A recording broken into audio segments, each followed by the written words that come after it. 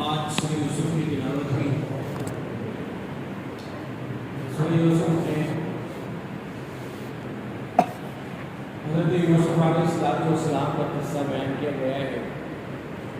قرآن کی اسٹوریز کی بک نہیں ہے، اس لیے اس میں باقاعدہ کہانیاں بیان نہیں ہوتی ہیں، بلکہ جہاں کسی قصے سے کوئی نصیحت حاصل کرنا ہوتی ہے تو اس کو بہت ہی مختصر بیان کر دیا جاتا ہے۔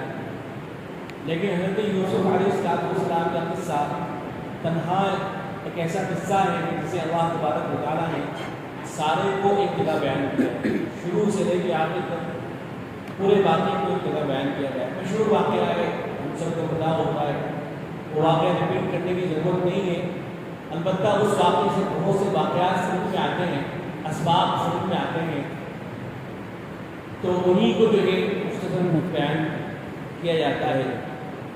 ایک تو ہم جانتے ہیں کہ یوسف علیہ السلام نے بچپن میں خواب دیکھا تھا کہ ان کے سامنے 11 ستارے چاند اور سورج سے کیا کر رہے ہیں، تو ان کے والد نے ان کو نصیحت کرتے ہوئے کہا تھا کہ بیٹا یہ خواب اپنے بھائیوں کو بیان مت کرنا، اس لیے کہ جب وہ ایک خواب سنیں گے تو تمہارے خلاف تدبیریں کریں گے۔ اس واقعے سے معلوم ہوتا ہے کہ اگر ہم کوئی خواب دیکھیں تو خواب ہر کسی کو بیان کرنے کی ضرورت نہیں ہے، خواب ہر کسی کو بیان نہیں کیا جاتا ہے، بلکہ خواب اس آدمی کو بیان کرنا چاہیے جسے تعبیر آتی ہو، جو خواب کا علم رکھتا ہو، اور اچھا خواب ہو تو اسے بیان کر دینا چاہیے، برا خواب بھی دیکھے تو اسے بیان کرنے کی ضرورت بھی نہیں ہے۔ اچھے جو خواب ہیں وہ اللہ تبارک و تعالیٰ کی طرف سے ہوتے ہیں۔ بعض مرتبہ آدمی نبی اکرم صلی اللہ علیہ وسلم کی خواب میں زیارت کر رہا ہوتا ہے تو ایک بڑا ہی عمدہ خواب ہوتا ہے۔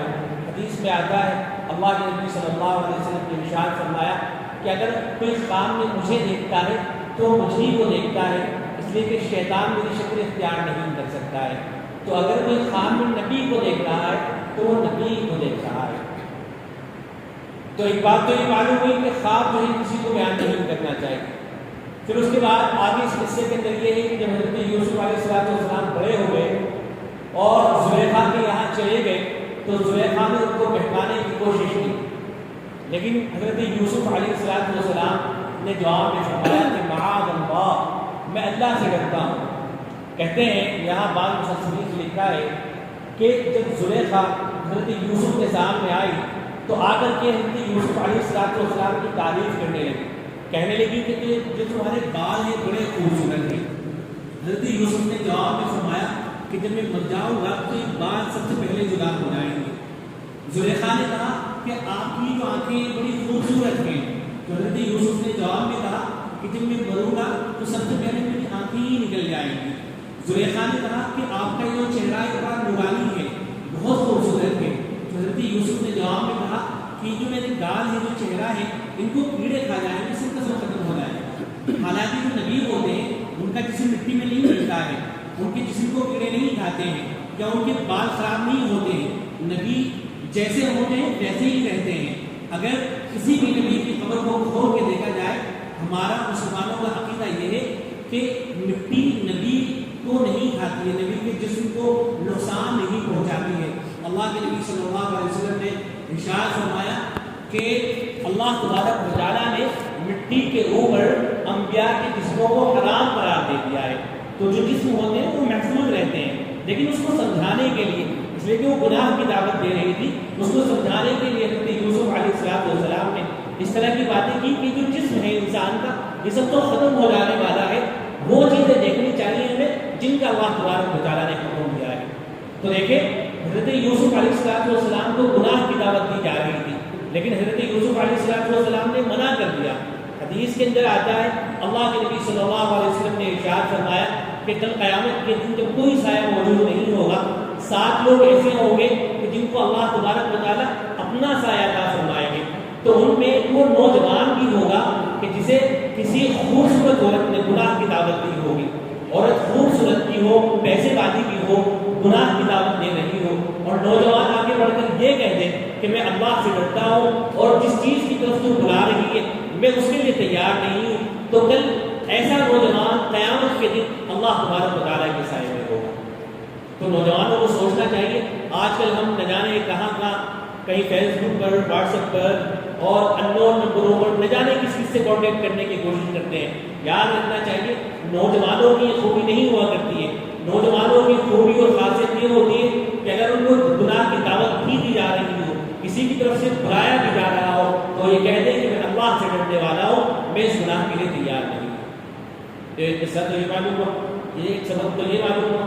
ایسے ہی جب حضرت یوسف علیہ السلام جیل کے اندر چلے گئے تو جیل میں دو نوجوان ان کے پاس میں آئے اپنا خواب سنانے کے لیے کہ ہم نے خواب دیکھا ہے اس طرح سے.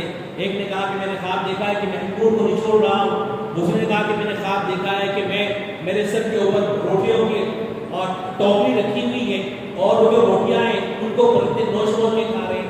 تو وہ خواب معلوم کرنے کے لیے آئے تھے. لیکن حضرت یوسف علیہ السلام نے پہلے ان کو کی تعبیر نہیں بتائی، بلکہ پہلے ان کو دین کی دعوت دی. پہلے دین کی باتیں ان کو بتلائی. پہلے یہ بتایا کہ دیکھو صرف ایک اللہ کی عبادت کیا کرو، اللہ کے علاوہ کسی اور کی عبادت نہیں کی جائے گی. ارباب متفرقون خیر ام اللہ الواحد القہار. یہ جو اتنے سارے معبودوں کو مانتے ہو، اتنے سارے خدا جو نے بنا رکھے، وہ بہتر ہے یا ایک اللہ وہ بہتر ہے؟ تو صرف ایک اللہ کی عبادت کیا کرو، اس کے ساتھ اس کی عبادت میں کسی کو شریک نہ ٹھہرایا کرو. تو یہاں اس سے معلوم ہوا کہ آدمی چاہے کسی بھی حالت میں ہو، چاہے وہ جیل کے اندر قید کیوں نہ ہو، تو اسے دعوت کو کبھی نہیں بھولنا چاہیے.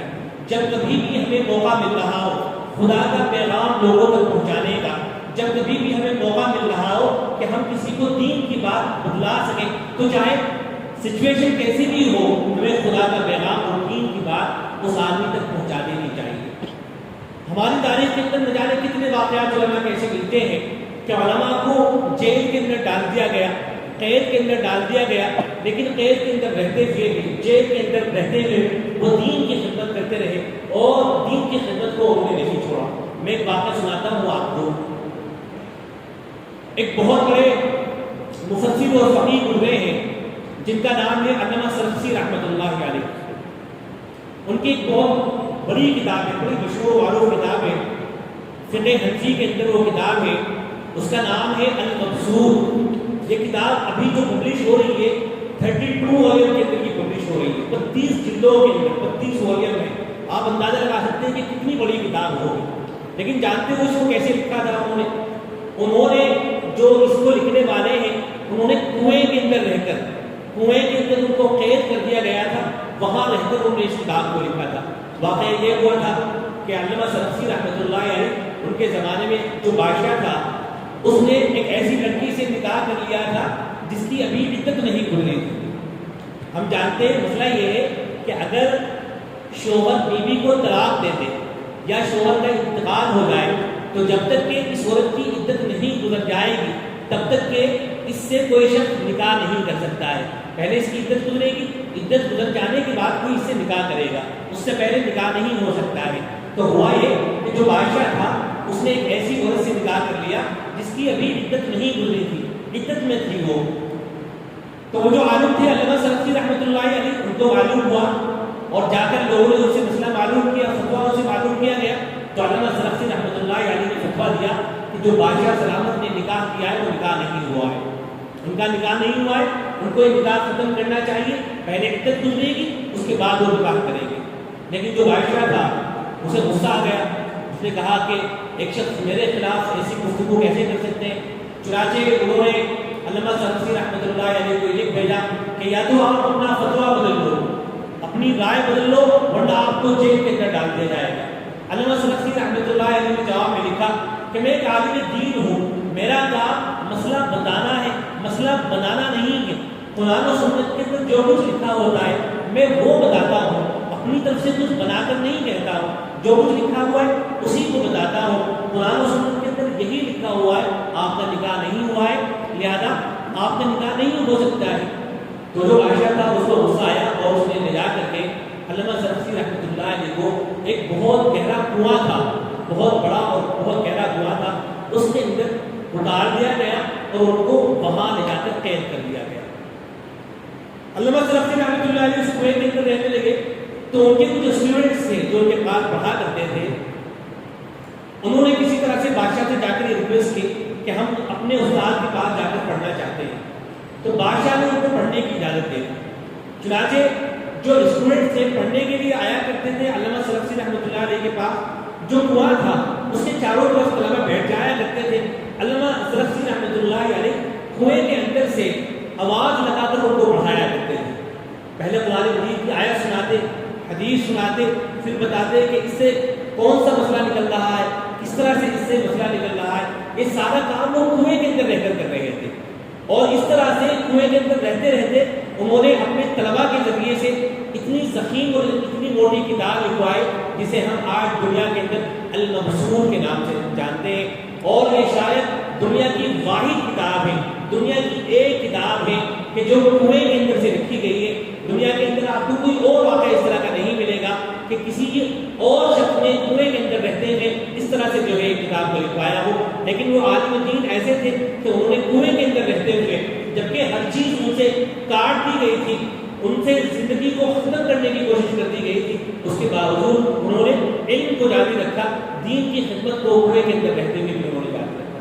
تو ان واقعات سے سبق حاصل کرنا چاہیے کہ اگر ہمیں دین کی کوئی بات دوسروں تک پہنچانے کا موقع مل رہا ہے تو پہنچانے کی کوشش کرنی چاہیے، چاہے موقع کیسا ہی کیوں نہ ہو، ہم کتنی ہی پریشانی اور تنگی کے اندر کیوں نہ ہو۔ پھر یہ ہوا 14 روایتوں کے اندر آتا ہے کہ تقریباً 15 سال تک علامہ سلفسی رحمۃ اللہ علیہ اس کنویں کے اندر قید رہے، لیکن اس کے بعد پھر دوسرا بادشاہ آیا، اس نے حضرت کو وہاں سے نکالا، اور پھر حضرت نے اس کے بعد اور بھی بہت سی کتابیں لکھی۔ تو بہرحال حضرت یوسف علیہ السلام کے پاس میں جو خواب معلوم کرنے کی رعایت ہے، حضرت یوسف نے پہلے ان کو دین کے بارے میں بتایا، دین کی دعوت دی۔ تو ہمیں بھی اس کا خیال رکھنا چاہیے، اور بہت سی باتیں ہیں، لیکن چونکہ وقت کم ہے اس لیے گفتگو کو ختم کیا جا رہا ہے۔ دعا ہے کہ اللہ تبارک و تعالیٰ ان تمام باتوں کے اوپر عمل کرنے کی توفیق عطا فرمائے، ہم سب کو دین کا داعی بنائے اور دین کی خدمت کے لیے قبول فرمائے۔